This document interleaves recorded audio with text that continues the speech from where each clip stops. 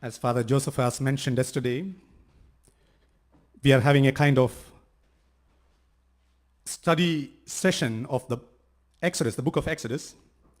And I'm sure that we all have learned quite a lot about the first chapter. And today we are reflecting, praying upon, and meditating on the second chapter. And then just before we move to the second chapter of Exodus, the book of Exodus, I just want to ask a very little tiny question to you, if you could respond, some of you.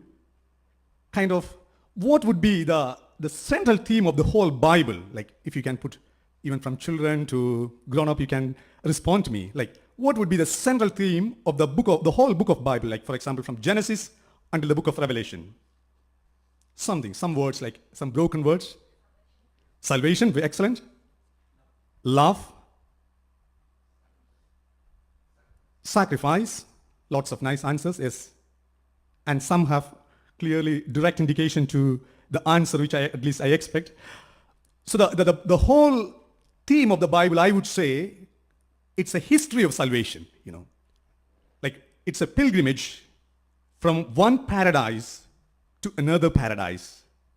And we know, in the book of Genesis, in the first few chapters, man is created by God, and they are placed in the paradise.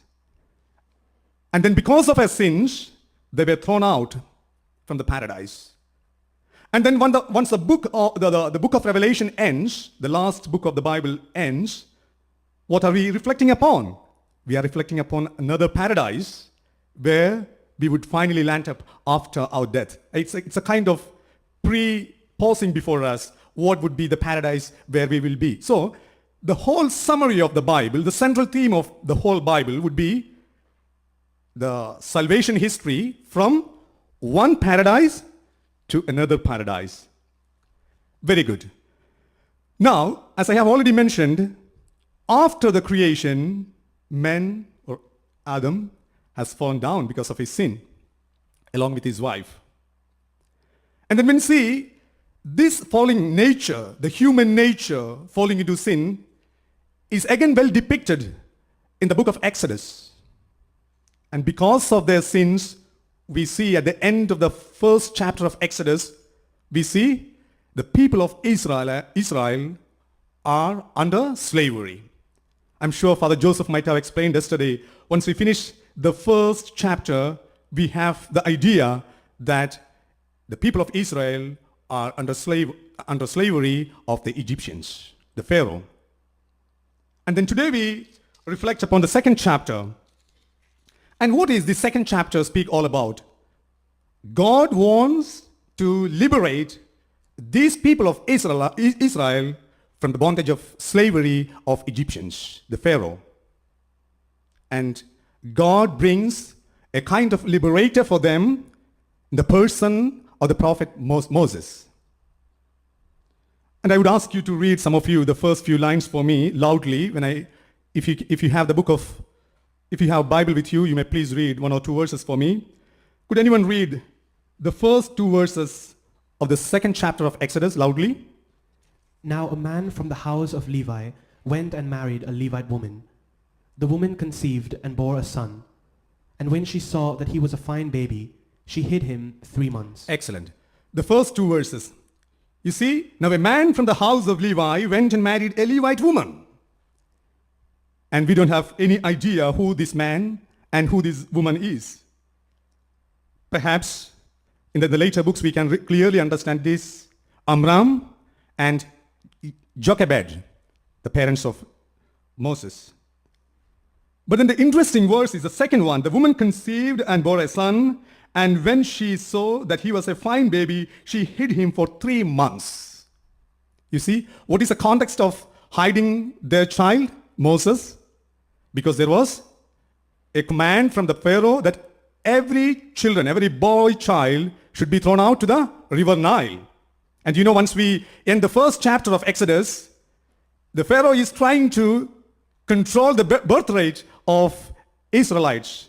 First, through slavery, So he thought, if I keep on adding too many works over them, they may not multiply and they will not become a huge people. And Israelites were very strong people, and they surpassed the slavery movement which Pharaoh presented before them. And the second tactic Pharaoh used was he ordered the midwives. What was this? To kill the boy child. The boy children, to kill all the boy children of the Israelites. And who were these midwives? Hebrew people themselves. They said, hello, good, thank you, we will not do that. So they never obeyed it. And the third tactic was this, finally to throw all the boy children to the river Nile. You see how tactically Pharaoh intervenes to control the birth rate of the Israelites. And what happens? What did the parents of Moses did? At least his mother. She exactly obeyed what the Pharaoh said, isn't it? But then she also made a kind of nice boat, a waterproof boat, so that Moses will not sink into the river. See? But what we have to see is why. We have to ask an important question to us. Why she did. First 3 months she hid her boy child, and then later she knew that she cannot go on hiding her boy child more than 3 months, because the soldiers of Pharaoh will find out when the boy child cries aloud, and then they will find out and they will immediately catch the boy child and kill him. So in the first 3 months she hid, and the end of the third month she threw away him to the river Nile, but then protecting her in a nice little waterproof boat. My question is, why did she do like this? She could have killed him, isn't it? But then you see the answer we can see in the book of, I will ask some of you to read, Acts 7:22. The answer is there. Acts 7:22. So Moses... I will ask you to read Hebrew 11:23. Hebrew 11:23. By faith, Moses was hidden by his parents for 3 months after his birth, because they saw that the child was beautiful, and they were not afraid of the king's edict. Excellent. So now we have the answer here. Why did they hide the child? Because of the faith. You see, what an excellent answer the book of Hebrew chapter 11:23 is offering. Like in the book of Exodus chapter 2, we only read that they threw their child into the river Nile, but then they do not give us an answer why they did it. But we have the answer here. By faith, Moses was hidden by his parents. I always ask this question to me. But at least whenever I make my yearly retreat, I ask this question often to me. Why am I still continue to be a priest today? I often ask, even today in the morning, I ask myself, I'm 37 years old, and I ask myself, why am I still a priest? And then the answer immediately comes to my mind is the faith of my parents. They were poor people. They were not rich people, hard-working people. From morning till evening, they used to work in the field. They were not very well educated, but then they gave us children the best thing in the life, that was the faith. I would also ask often to myself, if all the parents had given to their children this excellent, the fine thing in the world, faith in Jesus Christ, what would have been this world now? And there are people who are listening to me, youngsters, people who have already got married, already elderly fathers, especially to you, people who are going to get married and young couples. I would say the best thing you can offer to your children in this world is not a kind of rich, bosh life where you have everything.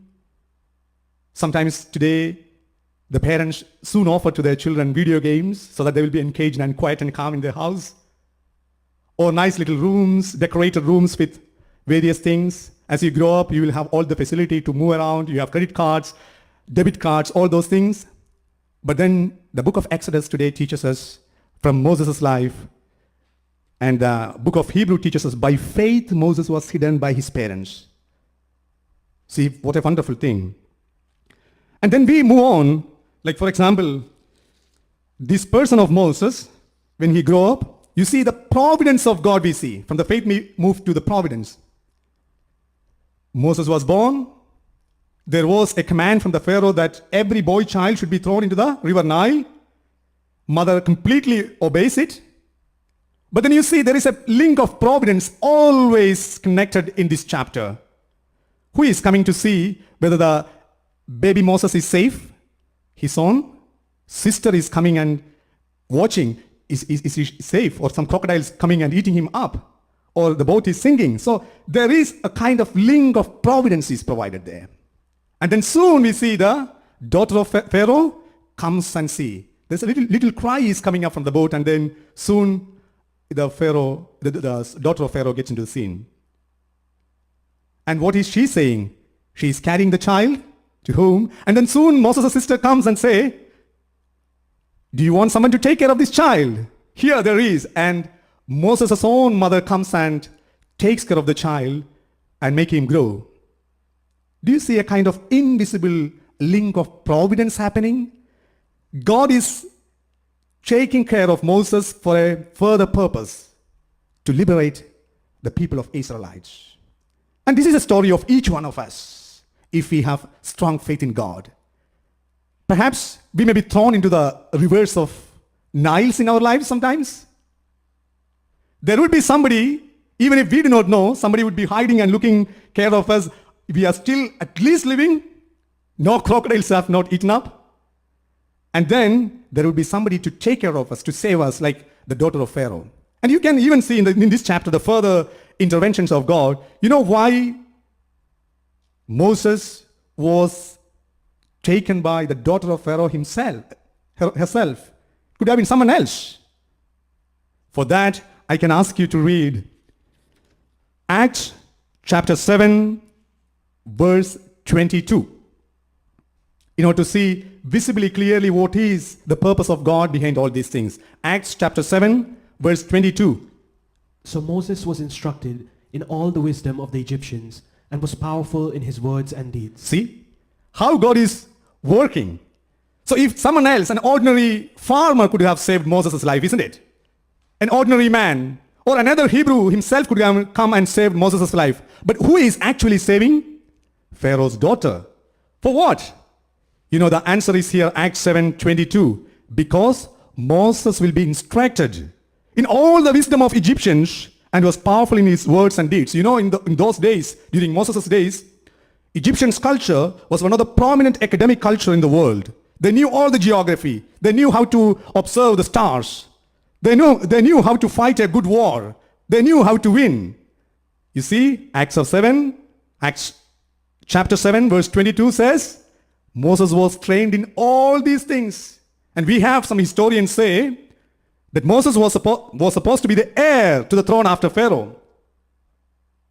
And then he was trained by God in the Egyptians' court by their soldiers, by their captains, so that he will come and liberate his own people. So you see the invisible link of providence that God is offering before a man who has faith. This is going to be the story of each one of us, I would say. We just need to be faithful to God. And there comes always this invisible connection of immense providence from the part of God. And then I was, even this is the Acts chapter 7, verse 22 is a kind of interpretation of the book of Exodus. Who is giving this talk? Stephen. Before his death, he's preaching. You see? And then things move on, like the story move on. Now we have the clear idea. There is somebody throwing Moses into the river, his sister taking care of him, observing, and Pharaoh's daughter comes and saves him. And he had the opportunity to be trained in the courts of Egyptians. He could get trained by the best teachers, like I would not say Oxford or Cambridge, because I am a student in Oxford. So the then best universities, Moses was trained. For what? God wanted to use him for a greater purpose. If God has decided something for each one of us, my dear brothers and sisters, he will give you the best thing possible in this world. I mentioned the faith by his own parents. Imagine if he had not received that faith in the living God of the Israelites, he would not have come and delivered his people. He could have enjoyed the royal courts of Egyptians. For example, I can give you a kind of sound meaning for that sentence in Hebrew 11:24. Just read that. Hebrew chapter 11, verse 24. By faith, Moses, when he was grown up, refused to be called a son of Pharaoh's daughter, choosing rather to share ill treatment with the people of God than to enjoy the fleeting pleasures of sin. So he had the possibilities of a brighter life in the courts of Egyptians. But then what made him to come back to his people was the faith given by his parents. So just a few minutes ago I mentioned to you, I often ask myself, why am I a priest today? I was given the best training ever possible by the Society of Jesus. I had the opportunity to study the famous Gregorian University for 5 years, doing my BTH and MTH. I had the opportunity to do my master's in Oxford, where I continue to do my doctorate. Perhaps some of your story may be much better than my story. But then all the time, somebody is saying within me, Jiji, you are an ordained priest of Christ. Perhaps some of you youngsters here, you may have an excellent opportunity outside rather than singing here or serving here. You could have made more money, like engaging in excellent works, perhaps all of you. But then someone within yourself is calling you back because of the faith your parents have given. Let us thank for that. The faith we receive generously, graciously, by grace. Let's also pause for a moment in silence and pray for our parents. If they had not given us faith in the living God, where would we have been today? And moving on to Moses' story, the whole thing changed from verse 11 onwards. Perhaps to get a taste of that incident, we can read Exodus chapter 2, verse 11 or 12. Verse 11 and 12 you can read, yeah. One day, after Moses had grown up, he went out to his people and saw their forced labor. He saw an Egyptian beating a Hebrew, one of his kinsfolk. He looked this way and that, and seeing no one, he killed the Egyptian and hid him in the sand. See, the whole story of Moses changed from verse number 11 onwards. And Moses, after all, kind of heir to the throne of Pharaoh, he comes, as we have already read in the letter of Hebrews, he comes back to his people, and you see, he saw an Egyptian beating a Hebrew, one of his kinsfolk. So he knew actually his origin. And in order to show what was the link behind it, imagine if at all Moses' mother was not given a chance to serve him, how could Moses have known that he was an Israelite? You see, until Moses was grown up, who was taking care of Moses? His own mother.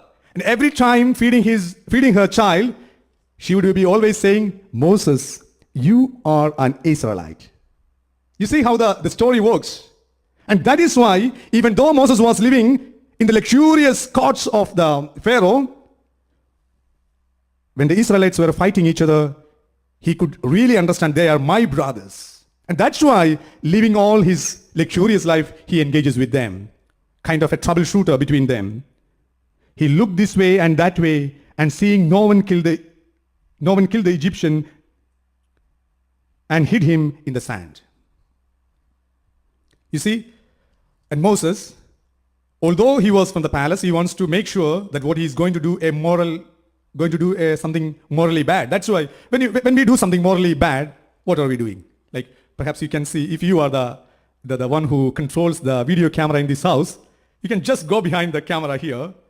You will have the video shots from every corner of this building, isn't it? And in case, you see, if we are going to do something bad, what will we immediately do? Look this way and that way, and we make sure that nobody is seeing, and then we do what is supposed to be done wrongly. And Moses does here. And then what does Moses say? Moses looked this way, that way, and then he kills. And then all the more Moses was sure what he did was wrong. There is another clear clue here. What did he do? He hid the man in the sand. But then, although Moses felt that it was something morally bad, we later read in the letter of Hebrew, Acts 7:25. Can anyone read? Acts 7:35.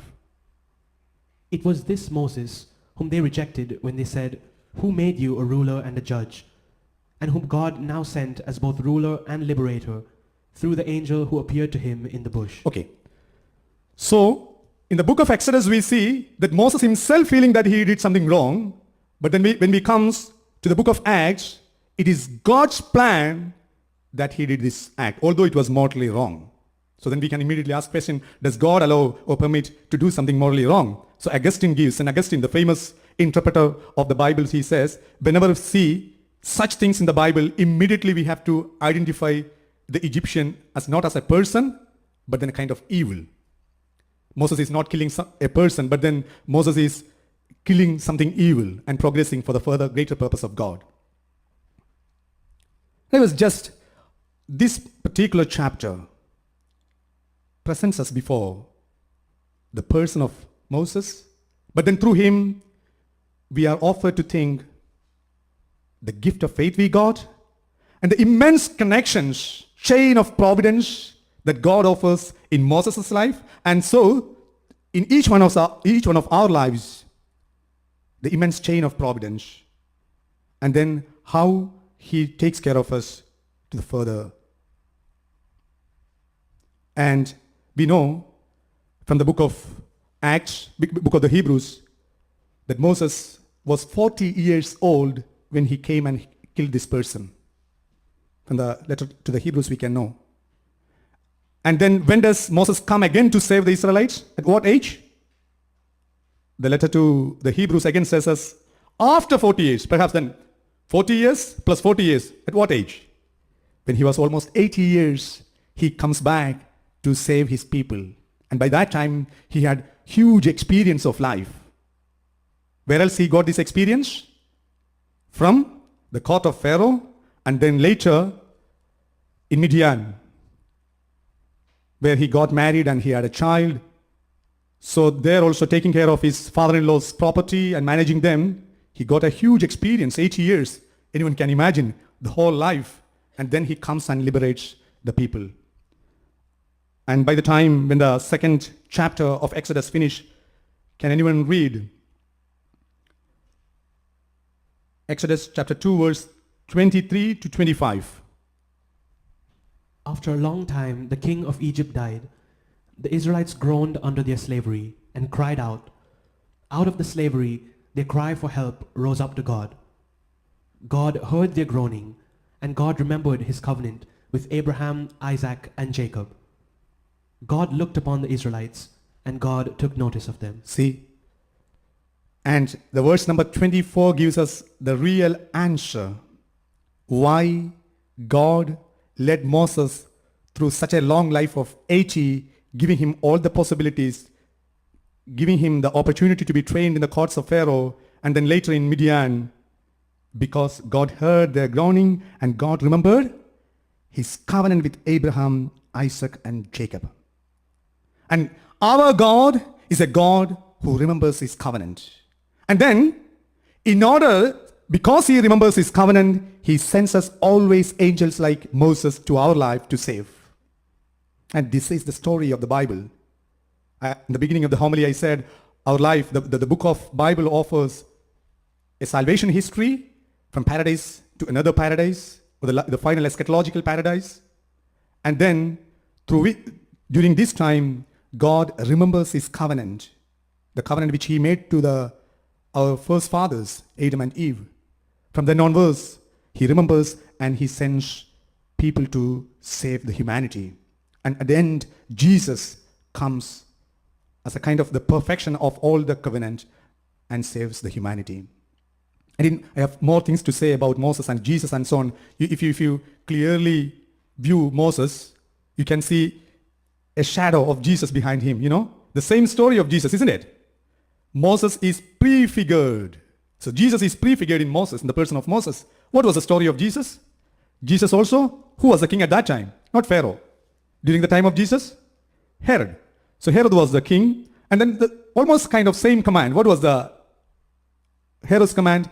He asked all the male children to be killed, and then the same way what Moses' parents did, Joseph and Mary takes Jesus and hiding, and then you know all the story. Jesus is prefigured in the person of Moses.